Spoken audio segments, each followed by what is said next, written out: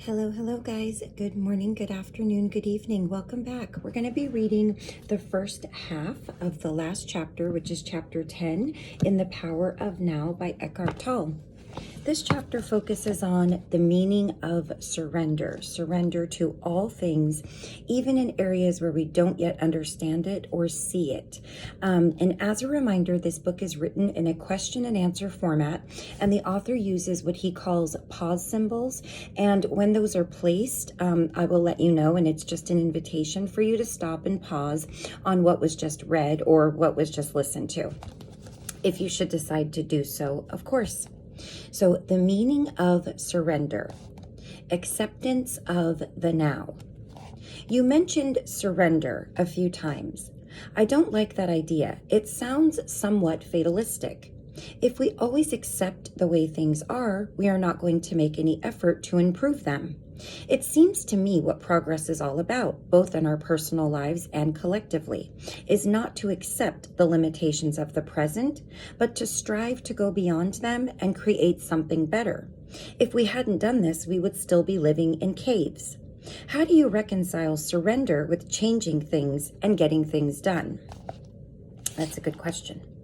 To some people, surrender may have negative connotations, implying defeat, giving up, failing to rise to the challenges of life, becoming lethargic, and so on. True surrender, however, is something entirely different.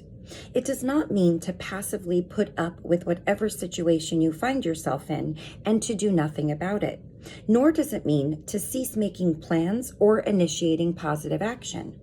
Surrender is the simple but profound wisdom of yielding to rather than opposing the flow of life. The only place where you can experience the flow of life is the now. So to surrender is to accept the present moment unconditionally and without reservation. It is to relinquish inner resistance to what is. Inner resistance is to say no to what is through mental judgment and emotional negativity. It becomes particularly pronounced when things go wrong, which means that there is a gap between the demands or rigid expectations of your mind and what is. That is the pain gap. If you have lived long enough, you will know that things go wrong quite often. It is precisely at those times that surrender needs to be practiced if you want to eliminate pain and sorrow from your life. Acceptance of what is immediately frees you from mind identification and thus reconnects you with being. Resistance is the mind. Surrender is a purely inner phenomenon. It does not mean that on the outer level you cannot take action and change the situation. In fact, it is not the overall situation that you need to accept when you surrender, but just the tiny segment called the now. For example, if you were stuck in the mud somewhere, you wouldn't say, "Okay, I resign myself to being stuck in the mud." Resignation is not surrender. You don't need to accept an undesirable or unpleasant life situation, nor do you need to deceive yourself and say that there's nothing wrong with being stuck in the mud. No, you recognize fully that you want to get out of it. Then you narrow your attention down to the present moment without mentally labeling it in any way. This means that there is no judgment of the now. Therefore, there is no resistance, no emotional negativity. You accept the isness of this moment. Then you take action and do all that you can to get out of the mud. Such action I call positive action. It is far more effective than negative action, which arises out of anger, despair, or frustration. Until you achieve the desired result, you continue to practice surrender by refraining from labeling the now. Let me give you a visual analogy to illustrate the point I'm making. You are walking along a path at night, surrounded by a thick fog, but you have a powerful flashlight that cuts through the fog and creates a narrow, clear space in front of you. The fog is your life situation, which includes past and future. The flashlight is your conscious presence. The clear space is the now. Non-surrender hardens your psychological form, the shell of the ego, and so creates a strong sense of separateness. The world around you and people in particular come to be perceived as threatening. The unconscious compulsion to destroy others through judgment arises, as does the need to compete and dominate. Even nature becomes your enemy, and your perceptions and interpretations are governed by fear. The mental disease that we call paranoia is only a slightly more acute form of this normal but dysfunctional state of consciousness. Not only your psychological form, but also your physical form, your body, becomes hard and rigid through resistance. Tension arises in different parts of the body, and the body as a whole contracts. The free flow of life energy through the body, which is essential for its healthy functioning, is greatly restricted. Body work and certain forms of physical therapy can be helpful in restoring this flow. But unless you practice surrender in your everyday life, those things can only give temporary symptom relief, since the cause, the resistance pattern, has not been dissolved. There is something within you that remains unaffected by the transient circumstances that make up your life situation, and only through surrender do you have access to it. It is your life, your very being, which exists eternally in the timeless realm of the present. Finding this life is the one thing that is needed, that Jesus talked about. Pause symbol. If you find your life situation unsatisfactory or even intolerable, it is only by surrendering first that you can break the unconscious pattern, resistance pattern that perpetuates that situation. Surrender is perfectly compatible with taking action, initiating change, or achieving goals. But in the surrendered state, a totally different energy, a different quality, flows into your doing. Surrender reconnects you with the source energy of being, and if your doing is infused with being, it becomes a joyful celebration of life energy that takes you more deeply into the now. Through non-resistance, the quality of your consciousness, and therefore the quality of whatever you're doing or creating, is enhanced immeasurably. The results will then look after themselves and reflect that quality. We could call this surrendered action. It is not work as we have known it for thousands of years. As more humans awaken, the word work is going to disappear from our vocabulary, and perhaps a new word will be created to replace it. It is the quality of your consciousness at this moment that is the main determinant of what kind of future you will experience. And so to surrender is the most important thing you can do to bring about positive change. Any action you take is secondary. No truly positive action can arise out of an unsurrendered state of consciousness. I can see that if I am in a situation that is unpleasant or unsatisfactory, and I completely accept the moment as it is, there will be no suffering or unhappiness. I will have risen above it, but I still can't quite see where the energy or motivation for taking action and bringing about change would come from if there isn't a certain amount of dissatisfaction. In the state of surrender, you see very clearly what needs to be done, and you take action, doing one thing at a time and focusing on one thing at a time. Learn from nature. See how everything gets accomplished and how the miracle of life unfolds without dissatisfaction or unhappiness. That's why Jesus said, "Look at the lilies, how they grow. They neither toil nor spin."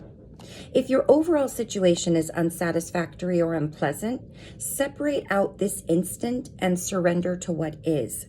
That's the flashlight cutting through the fog. Your state of consciousness then ceases to be controlled by external conditions. You are no longer coming from reaction and resistance. Then look at the specifics of the situation. Ask yourself, is there anything I can do to change the situation, improve it, or remove myself from it? If so, you take appropriate action. Focus not on the 100 things that you will or may have to do at some time in the future, but on the one thing you can do now.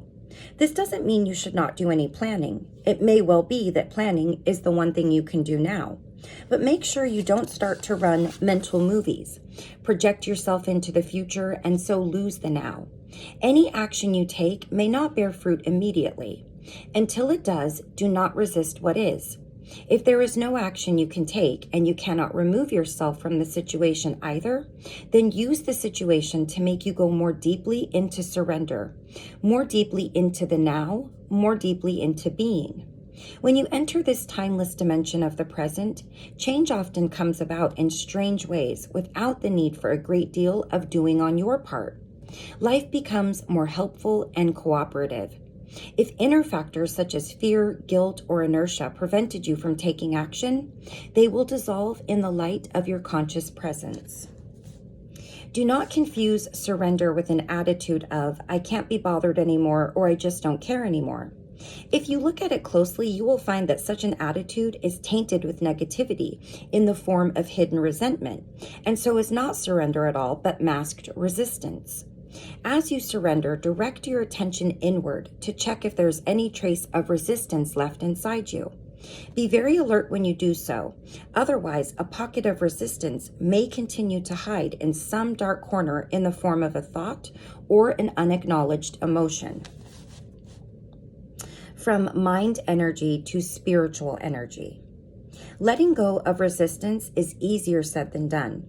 I still don't see clearly how to let go. If you say it is by surrendering, the question remains, how? Start by acknowledging that there is resistance. Be there when it happens, when the resistance arises. Observe how your mind creates it, how it labels the situation, yourself, or others. Look at the thought processes involved. Feel the energy of the emotion. By witnessing the resistance, you will see that it serves no purpose. By focusing all your attention on the now, the unconscious resistance is made conscious, and that is the end of it.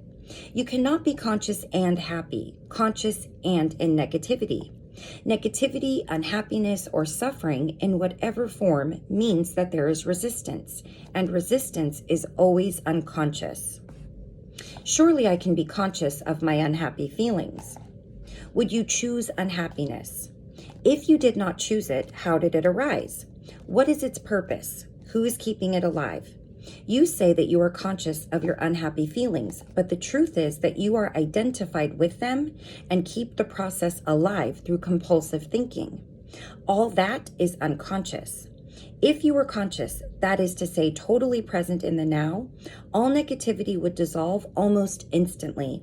It could not survive in your presence. It can only survive in your absence. Even the pain body cannot survive for long in your presence. You keep your unhappiness alive by giving it time. That is its lifeblood. Remove time through intense present moment awareness and it dies. But do you want it to die? Have you truly had enough? Who would you be without it?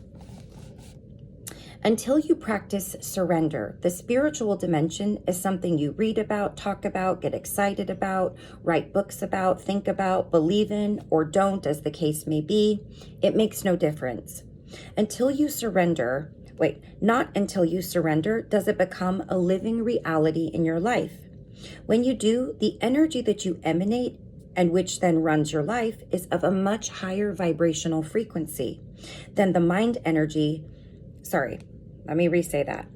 When you do, the energy that you emanate and which then runs your life is of a much higher vibrational frequency than the mind energy that still runs our world. The energy that created the existing social, political, and economical structures of our civilization, and which also continuously perpetuates itself through our educational systems and the media. Through surrender, spiritual energy comes into this world. It creates no suffering for yourself, for other humans, or any other life form on the planet. Unlike mind energy, it does not pollute the earth, and it is not subject to the law of polarities, which dictates that nothing can exist without its opposite, that there can be no good without bad.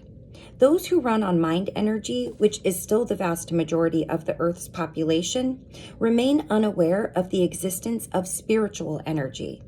It belongs to a different order of reality and will create a different world when a sufficient number of humans enter the surrendered state and so become totally free of negativity. If the earth is to survive, this will be the energy of those who inhabit it. Jesus referred to this energy when he made his famous prophetic statement in the Sermon on the Mount. Blessed are the gentle, they shall have the earth for their possession. It is a silent but intense presence that dissolves the unconscious patterns of the mind. They may still remain active for a while, but they won't run your life anymore. The external conditions that were being resisted also tend to shift or dissolve quickly through surrender. It is a powerful transformer of situations and people. If conditions do not shift immediately, your acceptance of the now enables you to rise above them. Either way, you are free. Surrender in personal relationships. What about people who want to use me, manipulate, or control me? Am I to surrender to them? They are cut off from being, so they unconsciously attempt to get energy and power from you. It is true that only an unconscious person will try to use or manipulate others, but it is equally true that only an unconscious person can be used and manipulated. If you resist or fight unconscious behavior in others, you become unconscious yourself. But surrender doesn't mean that you allow yourself to be used by unconscious people, not at all. It is perfectly possible to say no firmly and clearly to a person or to walk away from a situation and be in a state of complete inner non-resistance at the same time. When you say no to a person or a situation, let it come from reaction. Let it come not from reaction, but from insight, from a clear realization of what is right or not right for you at that moment.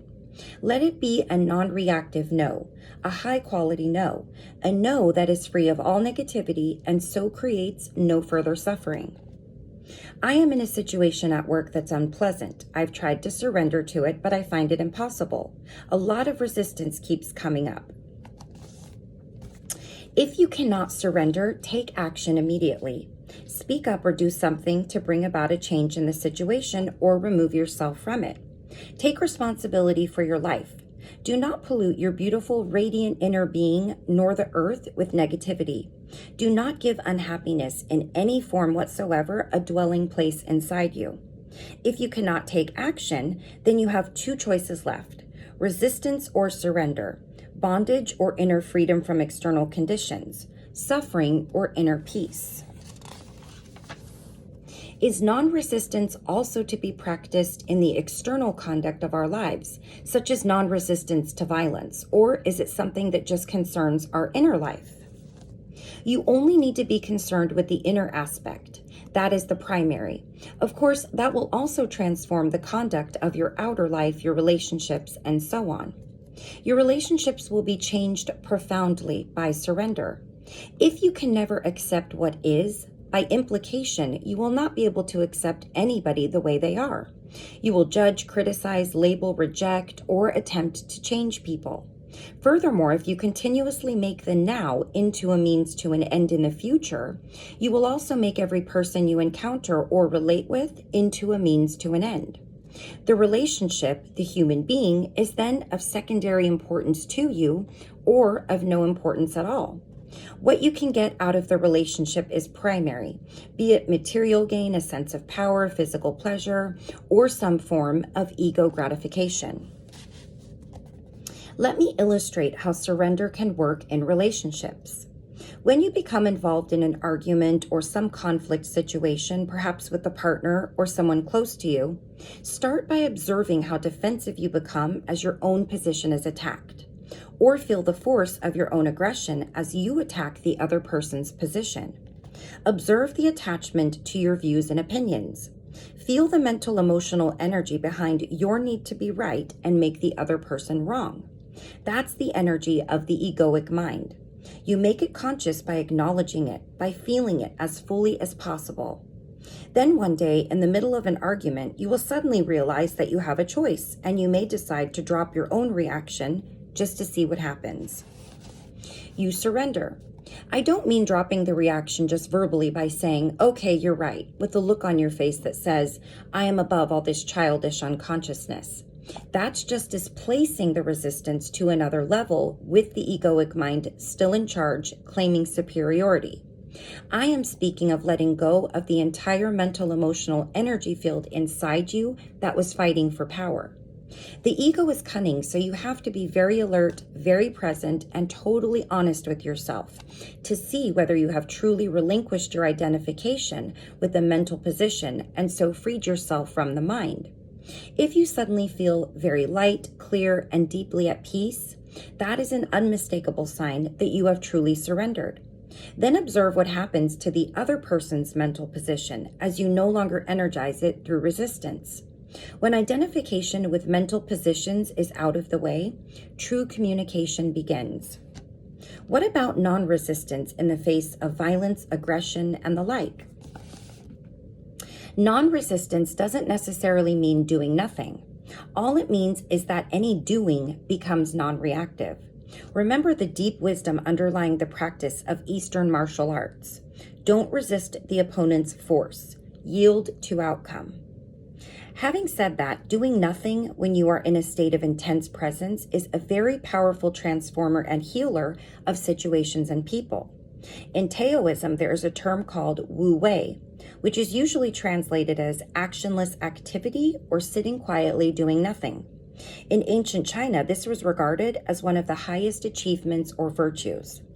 It is radically different from inactivity in the ordinary state of consciousness, or rather unconsciousness, which stems from fear, inertia, or indecision. The real doing nothing implies inner non-resistance and intense alertness. On the other hand, if action is required, you will no longer react from your conditioned mind, but you will respond to the situation out of your conscious presence. In that state, your mind is free of concepts, including the concept of nonviolence. So who can predict what you will do? The ego believes that in your resistance lies your strength, whereas in truth, resistance cuts you off from being, the only place of true power. Resistance is weakness and fear masquerading as strength. What the ego sees as weakness is your being in its purity, innocence, and power. What it sees as strength is weakness. So the ego exists in a continuous resistance mode and plays counterfeit roles to cover up your weakness, which in truth is your power. Until there is surrender, unconscious role-playing constitutes a large part of human interaction. In surrender, you no longer need ego defenses and false masks. You become very simple, very real. That's dangerous, says the ego. You'll get hurt, you'll become vulnerable. What the ego doesn't know, of course, is that only through the letting go of resistance, through becoming vulnerable, can you discover your true and essential invulnerability. Transforming illness into enlightenment. If someone is seriously ill and completely accepts their condition and surrenders to the illness, would they not have given up their will to get back to health? The determination to fight the illness would not be there anymore, would it? Surrender is inner acceptance of what is without any reservations. We are talking about your life, this instant, not the conditions or circumstances of your life, not what I call your life situation. We have spoken about this already. With regard to illness, this is what it means. Illness is part of your life situation. As such, it has a past and a future. Past and future form an uninterrupted continuum unless the redeeming power of the now is activated through your conscious presence. As you know, underneath the various conditions that make up your life situation, which exists in time, there is something deeper, more essential, your life, your very being in the timeless now. As there are no problems in the now, there is no illness either. The belief in a label that someone attaches to your condition keeps the condition in place, empowers it, and makes a seemingly solid reality out of a temporary imbalance. It gives it not only reality and solidity, but also a continuity in time that it did not have before.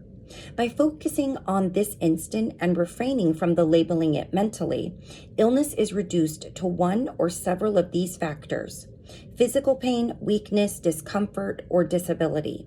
That is what you surrender to now. You do not surrender to the idea of illness. Allow the suffering to force you into the present moment, into a state of intense conscious presence. Use it for enlightenment. Surrender does not transform what is, at least not directly. Surrender transforms you. When you are transformed, your whole world is transformed because the world is only a reflection. We spoke about this earlier. If you looked in the mirror and did not like what you saw, you would have to be mad to attack the image in the mirror. That is precisely what you do when you are in a state of non-acceptance. And of course, if you attack the image, it attacks you back. If you accept the image, no matter what it is, if you become friendly toward it, it cannot not become friendly toward you. This is how you change the world. Illness is not the problem. You are the problem, as long as the egoic mind is in control. When you are ill or disabled, do not feel that you have failed in some way. Do not feel guilty. Do not blame life for treating you unfairly, but do not blame yourself either. All that is resistance. If you have a major illness, use it for enlightenment. Anything bad, I should say, that happens in your life, use it for enlightenment. Withdraw time from the illness. Do not give it any past or future. Let it force you into intense present moment awareness and see what happens. Become an alchemist. Transmute base metal into gold, suffering into consciousness, disaster into enlightenment. Are you seriously ill and feeling angry now about what I've just said? Then that is a clear sign that the illness has become part of your sense of self and that you are now protecting your identity, as well as protecting the illness. The condition that is labeled illness has nothing to do with who you truly are. Okay, so that's half the chapter. The other half is about equally as long, so we will stop right there. And I just wanted to say, in talking about that particular subject with illness, I stumbled across a video on YouTube of a young woman who was trying to explain her depression. And my heart went out to her. But what I noticed is that she is very attached to it, saying there's nothing she can do to change it. It's part of who she is, and she has no power over it, and that people don't want her here, at least not in the way that she is, and that she would love to work, but she can't work. And it was really, if you haven't dealt with depression yourself, it's very, very hard to understand it. And I will say, if you didn't listen to the introduction of this book, the author is not speaking blindly. His enlightenment or his awakening came from a place of deep depression and suicidal thoughts for many, many years leading up to his awakening. And I would say, I think even worse right before his awakening. And so I watched this video and I just thought to myself, this person does have the power to change things, but they are very attached and they think that they cannot change it. They cannot control it. There's really nothing they can do. And I've been there as well for many, many years. Up until about 3 or 4 years ago, I dealt with anxiety, depression, and addiction myself from my early 20s up until my late 30s. Only when I had, I guess, what you would call an awakening, did these things sort of fall away. And I'm not saying that that is what is required in order to gain power over no longer dealing with those things, but I could see that her, like many other people, are very attached to their diagnosis or their illness or their disease. They make it part of who they are. And the longer that it is part of you, the more that even though you say you want it to go away, it's almost like you're afraid for it to go away because you don't know who you would be without it. But you do deserve to be here to thrive and to live in joy. Not just happiness, because that's without, but joy that is within. Each and every one of us deserves that. And I just felt really bad for her. And I thought, I thought about commenting and recommending this book, but I also remembered that when you're in a state like that, you've heard everything there is to hear. You've probably been given every tool there is in the box. But if you're not using those tools, or if you're not there and ready, you're not going to make those changes. I read this book many years ago, right when I guess all of those things with my having my awakening happened, and it resonated with me differently than it resonates today. And even though I'd already read it, I felt like I needed to read it again. And so I went with that. And I thought, if I need to read it again, maybe there's people who need to hear it for the first time or again. So yeah, I just wanted to share that because that reminded me the whole time I was reading it of that video, which was a long video. It was very heartbreaking. She said things like she just has to stay here for somebody. She has to try to make it here one more day. And I thought, nobody should live like that. That was never the intention of our lives here. you know, to experience, but somehow that's where we're at. That's where we're at with this, with many people. And that's why I like reading these books to you guys, because even if you just get one thing out of here that helps you and improves your situation, your life situation, your thought, a moment, that makes a huge difference. So we're going to stop right here. As I said, we have 4 more sections to finish, and then we will be done with this book. So yeah, until next time, please take care of yourself. Please take care of those around you. And I will see you for the last half of this chapter and the completion of the book. And I'll see you again soon. Take care. Bye-bye.